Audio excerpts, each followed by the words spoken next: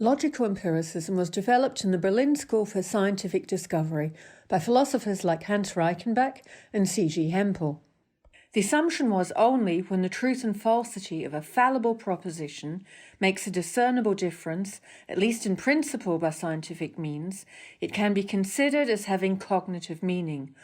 Logical empiricists distinguish empirical sciences from formal sciences. Logical empiricists claim that it is the basis of scientific thinking today. Logical empiricism rejected speculative metaphysics. Special sciences are respected and inspiration is obtained from them.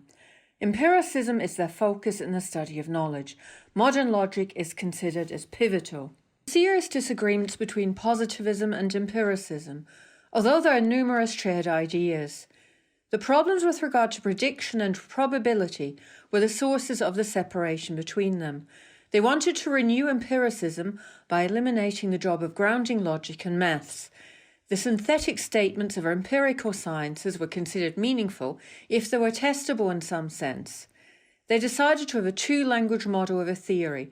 Logical empiricism also distinguished synthetic statements, sentences obtained from scientific experience, from analytic. The separation of knowledge to empirical sciences and sciences like mathematics and formal reason is the backbone of empiricism, saying that knowledge is obtained from experience. Logical empiricists deny that pure reason can form the basis for substantive knowledge of the universe.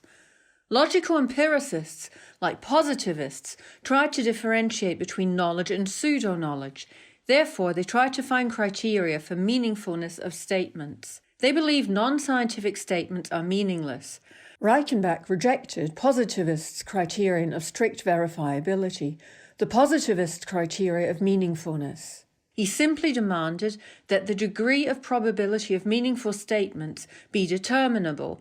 He disagreed with the positivist position demanding that non-observational statements should be replaced with observational statements, that is, sentences obtained from scientific observation should replace non-observational sentences. They rejected the positivist phenomenalism, the belief that our knowledge is obtained only from senses, and reductive physicalism, the position which says all knowledge should be reduced to physics.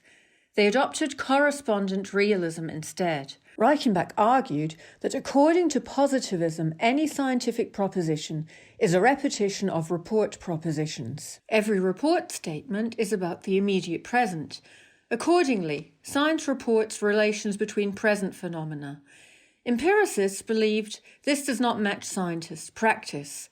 They believed scientific propositions talk about the future and not the present. Scientific laws tell us what will happen under certain conditions in the future.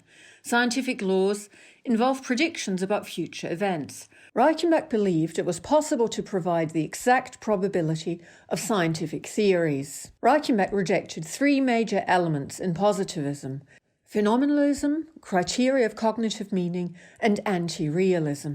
Phenomenalism says what we are aware of in perception is not the material objects but senses.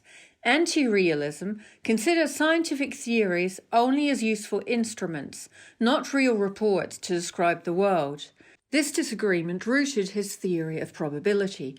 Reichenbach rejects positivistic certainty as the basis of knowledge. He believed only real or veridical perceptions could be differentiated from dreams and hallucinations, and this is achieved by trying to find regularities in nature. He thought phenomenal reports are uncertain. He believed in physicalism and that middle-sized objects provide our data on experience. Sense impressions are not the given data of experience. Our observations of middle-sized objects might contain mistakes. Reichenbach did not accept the positivist's version of criteria of meaning, the criteria of verifiability. He denied that the meaning of a sentence is its way of verification. He proposed his criteria for distinguishing meaningful sentences. A sentence is meaningful if it is possible to, in principle, find empirical evidence to support or undermine it probabilistically. Reichenbach introduced an analogy to explain his understanding of a scientific process of gaining knowledge. He asked us to picture a cubical world with translucent walls. Beings who seem similar to men are confined within this cube all their life. Some lights and mirrors cast shadows on the ceiling and one of the walls. The observer notices indirect relations between the shadows of birds on the ceiling and those on one of the walls. They come to the conclusion that there are birds outside the cube. The birds are never seen. The inference that a physicist makes is like this, and it is a kind of probabilistic inference. He believed a positivist should say that reality is the shadows and the correlations. They cannot state that birds exist outside the cube. There's no justification why the inferences that the scientist makes gives them probability of the existence of birds. Reichenbach simply explains that the probability inference makes it possible for us to extend knowledge from one domain, the interior of the cube, to another, the birds. In practice, he adopts scientific realism. While positivists were anti-realists, logical empiricists were realists. They thought scientific explanation involves us with metaphysics and theology. They believed science is only description and prediction and systemization of knowledge of nature. Logical empiricists deemed it as possible to provide the exact meaning of scientific explanation in philosophy. Logical empiricism faced serious, unresolved problems. The picture of knowledge provided by Reichenbach is not at all clear and convincing. If we should infer the existence of birds based on the movement of some shadows inside a cube, the epistemological value of science would not be higher than that of other sources that make claims on knowledge. With its criteria of meaningfulness, logical empiricism also renders a large portion of human scientific activity meaningless. Logical empiricism picture does not match scientific practice. If scientists thought that what they claim about the world were only indirect inferences about shadows and their relations, they could not do brain surgeries, launch rockets, and land them on the moon. The criteria of meaning itself was rendered meaningless based on its own content, because there's no way to test it, and logical empiricists also stopped searching for a cognitive criterion of meaning.